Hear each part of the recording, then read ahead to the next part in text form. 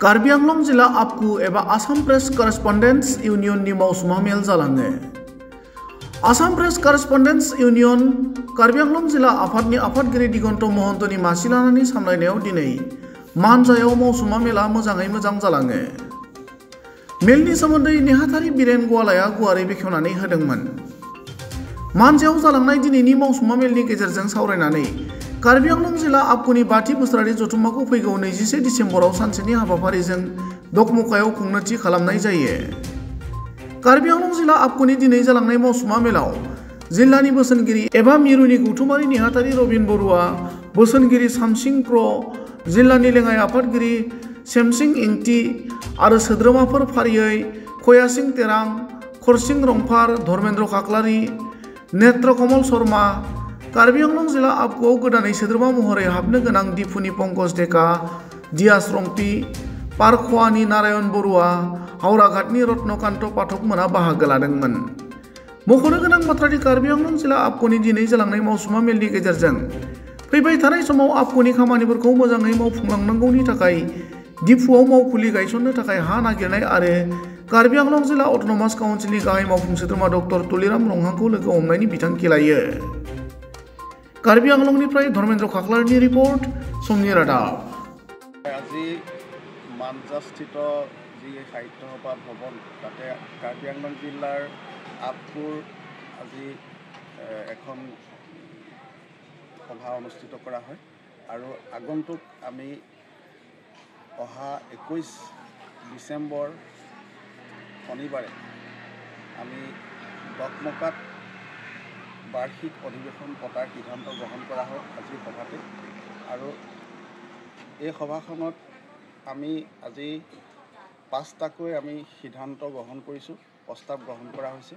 এই 5টা প্ৰস্তাৱ হৈছে আমাৰ আগন্তুক অধিৱেশনখন আমি দকমকাত অনুষ্ঠিত কৰাৰ লগতে তাত আমি 3গৰাকীকৈ বিশেষ ব্যক্তিক আমি সম্বৰ্ধনা অনুষ্ঠিত কৰিম আৰু আমাৰ কাৰ্বি আংলং জিলাৰ যি কাৰ্যালয় বাবে এটুকুৰা মাটি আমি বিচৰাৰ সিদ্ধান্ত গ্ৰহণ কৰা হৈছে। মাটি বিচাৰি আমি আমাৰ কাৰ্বি আংলং জিলাৰ মুখ্য কাৰ্যবাহী সদস্য ডক্টৰ তুলিৰাম লংহাংদেৱক এখন মেমৰেণ্ডাম দিয়াৰ প্ৰস্তাৱ গ্ৰহণ কৰা হৈছে আৰু আমাৰ কাৰ্যালয়টো যাতে কাৰ্বি আংলং জিলাত আমি গঢ়িব পাৰোঁ তাৰ বাবে আমি আজি কিছু প্ৰস্তাৱ গ্ৰহণ কৰা হৈছে। আপকুৰ আমাৰ যিখন অধিৱেশন বাৰ্ষিক অধিৱেশনখন আমি প্ৰতি বছৰে উদযাপন কৰিব লাগে আৰু এই বাৰ্ষিক অধিৱেশনতে আমাৰ যি দুবছৰীয়া কাৰ্যকালৰ যিটো প্ৰতিবেদনখিনি আমি আমাৰ কেন্দ্ৰীয় সমিতিক আমি যুগুত কৰি দিবলগীয়া হয় আৰু আমি কি কৰিলোঁ, আমাৰ জিলাখন কেনেদৰে চলি আছে সকলো বিষয়ে আলোচনা কৰি আমি কেন্দ্ৰীয় সমিতিক আমি দিবলগীয়া হয়। তাৰ এতিয়া কেন্দ্ৰীয় সমিতিৰ যি অধিৱেশন জানুৱাৰী মাহৰ 10-11 তাৰিখে ঢেকীয়াজুলিত এইবাৰ অনুষ্ঠিত কৰিছে আৰু আমাৰ দুবছৰ কাৰ্যকাল ইতিমধ্যে সমাপ্ত হৈছে। পৰৱৰ্তী আমাৰ জিলাখনৰ নতুন সমিতি গঠন কৰা হ'ব আৰু সেই অধিৱেশনতে আমি আমাৰ গোটেইখিনি আমি কাম কৰিবলৈ থাকিব। সেইবাবে সকলো বিষয় সামৰি আলোচনাখিনি কৰিবৰ বাবে মই আপোনালোকৰ পৰা কিছু পৰামৰ্শ আহ্বান কৰিছোঁ।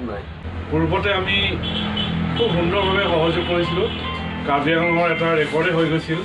গুৱাহাটীতে মানে ৰাষ্ট্ৰীয় প্ৰেছ দিৱসতে হওক বা অধিৱেশনবিলাকতে হওক কাৰ্বি আংলঙৰ পৰাই মানে সৰহভাগ আমি প্ৰতিনিধি গৈছিলোঁ। গতিকে সেই মৰ্যাদাটো আমি এইবাৰো আমি অটুট ৰাখিব লাগিব। আমাৰ জিলাৰ পৰা আমি সৰহসংখ্যক সদস্য যাবলৈ চেষ্টা কৰিব লাগিব। গতিকে এই কেন্দ্ৰীয় অধিৱেশনৰ আগে আগে আমাৰ সকলোৱে জ্ঞাত, আমি সকলোৱে জানো যিকোনো অনুষ্ঠানত মানে কিছুমান নীতি নিয়ম থাকে। প্ৰথমতে শাখাবিলাক হয়, তাৰপিছতে জিলাবিলাক, আৰু তাৰপিছতে কেন্দ্ৰীয়ভাৱে হয়। আমাৰ যিহেতু শাখা নাই, আমাৰ জিলাই আমাৰ শাখা, গতিকে আমি কেন্দ্ৰীয় যিখন অধিৱেশন, ঢেকীয়াজুলিত যিখন অধিৱেশন হ'ব 10-11 তাৰিখে, তাৰ আগতেই আমি আমাৰ জিলাখনৰ যিখন পূৰ্ণাংগ অধিৱেশন সেইখন অনুষ্ঠিত কৰিব লাগিব। আৰু এই অধিৱেশনতে আমাৰ বিগত বৰ্ষৰ যিবিলাক কাম কাজৰ খতিয়ান বা আমি যিবিলাক আমাৰ যি নতুন সমিতি হ'ব সেই সমিতিসমূহ আমি তাতে বনাব লাগিব।